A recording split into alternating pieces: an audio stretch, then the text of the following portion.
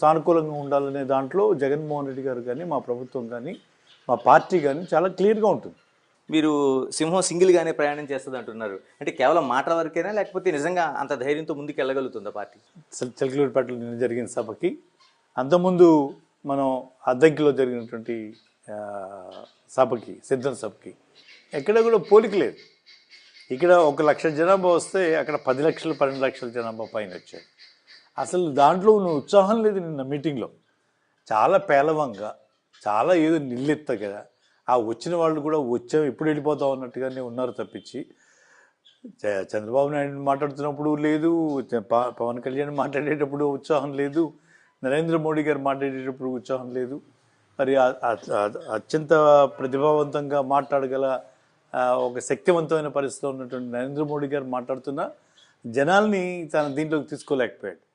అలాగే మరి ఒక జనాకర్షణ ఉన్నటువంటి ఒక నటుడుగా పవన్ కళ్యాణ్ కూడా వాళ్ళని ప్రభావితం చేయలేకపోయాడు. ఏదో వచ్చామా వెళ్ళామా అన్నట్టుగా జనాల దీన్ని ఉంది తప్పించి, ఇవన్నీ కూడా మనకి కనపడుతూ ఉంటాయి. జనాల ఆలోచన ఎలా ఉంది, ఆ పార్టీ పట్ల, మరి వాళ్ళ ఆలోచనల పట్ల ఎలా ఉందనేది అవన్నీ కూడా మనం ఇండికేటర్స్గా మనం చూసుకోవచ్చు.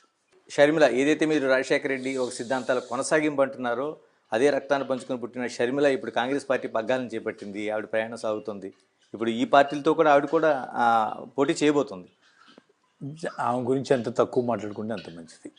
ఎందుకంటే అన్ఫార్చునేట్లీ తాను తీసుకున్నటువంటి తెలంగాణలో తీసుకున్న స్టాండ్ కానీ, వైరస్ ఇక్కడికి వచ్చాక ఓన్లీ జగన్మోహన్ రెడ్డి గారిని విభేదించాలి, వ్యతిరేకించాలి, తనకేదో నష్టం చేయాలి అని చంద్రబాబు నాయుడు స్క్రిప్ట్ చదవడం ఎప్పుడైతే మొదలుపెట్టారో ఆ రోజునే తన క్రెడిబిలిటీ పోయింది.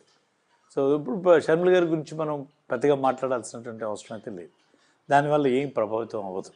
ఏ రకంగానూ కాంగ్రెస్ పార్టీకి మొన్న వచ్చినటువంటి ఒక 1% ఉంటే, కాకపోతే ఒక 0.25% ఏమైనా పెరుగుతుందేమో తప్పించి పెద్దగా వనరులైతే ఉండదు. అటు కాంగ్రెస్ని, వైఎస్ఆర్ కాంగ్రెస్ని వేరుగా చూడాల్సిన అవసరం లేదు. ఇద్దరు అన్న చెల్లి కలిపి చేస్తున్న రాజకీయాన్ని ప్రధానమంత్రి స్వయంగా చెప్తున్న పరిస్థితుల్లో మీరు కూడా ఆవిడని వేరుగా చూస్తున్నారు. ప్రధానమంత్రి గారు చాలా చెప్తారు. పోలవరం ATM అని చెప్పాడు, చంద్రబాబు నాయుడిని విమర్శించాడు.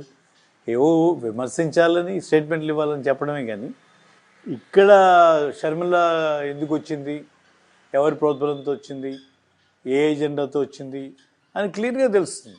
ఇవాళ షర్మిల ఈజ్ ఇండివిజువల్, తనకు ఉన్నటువంటి ఇండివిజువల్ ఎజెండాతో పోతుంది. కాంగ్రెస్ పార్టీ సిద్ధాంతాలు తెలుసో తెలియదో కూడా నాకు తెలియదు. అటువంటి దాంట్లో ఇక్కడ కాంగ్రెస్ పార్టీ చచ్చిపోయింది. ఈ రాష్ట్రంలో మనకి ఇంత అన్యాయం చేసిన కాంగ్రెస్ పార్టీ గురించి మాట్లాడటానికి కూడా ఇక్కడ ప్రజలు ఇష్టపడరు. అంతగా ఈ ప్రాంతాన్ని నష్టం చేసినటువంటి